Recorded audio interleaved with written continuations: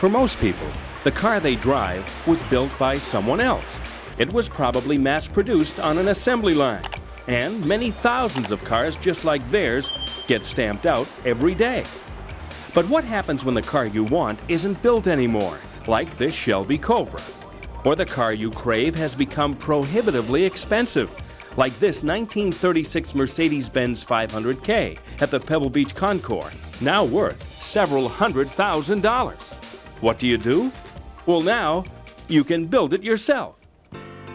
The kit car industry has become a highly profitable automotive venture for dozens of companies which produce this vast array of home-built and sometimes built-for-you or turnkey vehicles, ranging from street rods to neo-classics, to vintage sports cars, to cosmetic body kits.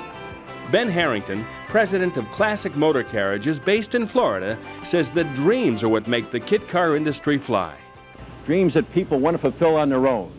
That special fulfillment that says that they're different, that they built their own vehicle, that they're part of what used to be today.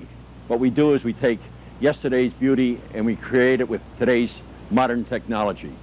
With so many different kit car companies currently serving the dreamers of the world, drivetrains, chassis styles, and of course body designs offer unlimited choices. We found that the time element is a very wide variable in the completion of a car. If you have 5 people working around the clock, your car will obviously be finished sooner than if you were working alone just on weekends. And just about every company claims their kit is a snap to finish. Gary Rutherford, president of Classic Roadsters of Fargo, North Dakota, even goes so far as to say that most of their customers bring no special talents to the task. It's very rare indeed that mechanics purchase our kits and build the project. Almost invariably, the projects get put into the hands of individuals with management skills or sales experience or teachers or doctors or lawyers, professional people, but very rarely do they become something mechanics put together.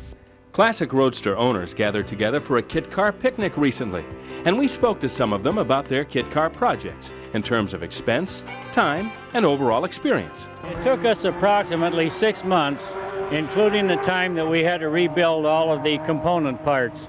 We enjoyed working together. We got frustrated. We stopped, took a rest, went back to it, and we're so proud of what we got because it's really ours. We did it. It's a dream come true for him.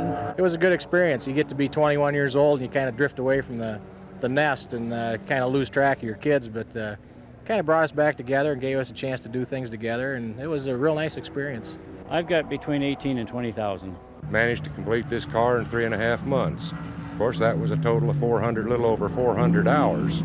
And you see what we got out of it.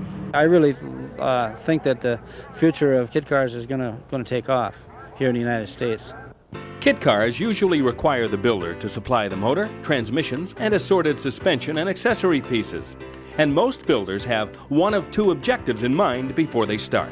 They want either a car for weekend cruises to go out and turn a few heads with, or they want a muscle-bound road warrior that can clobber anything Detroit or Europe dares to bolt together.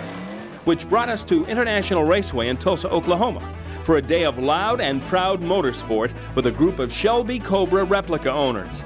The Cobra is far and away the most popular kit car iteration, and these replicas have every ounce of the power and prowess that the original car has, without the astronomical price tag.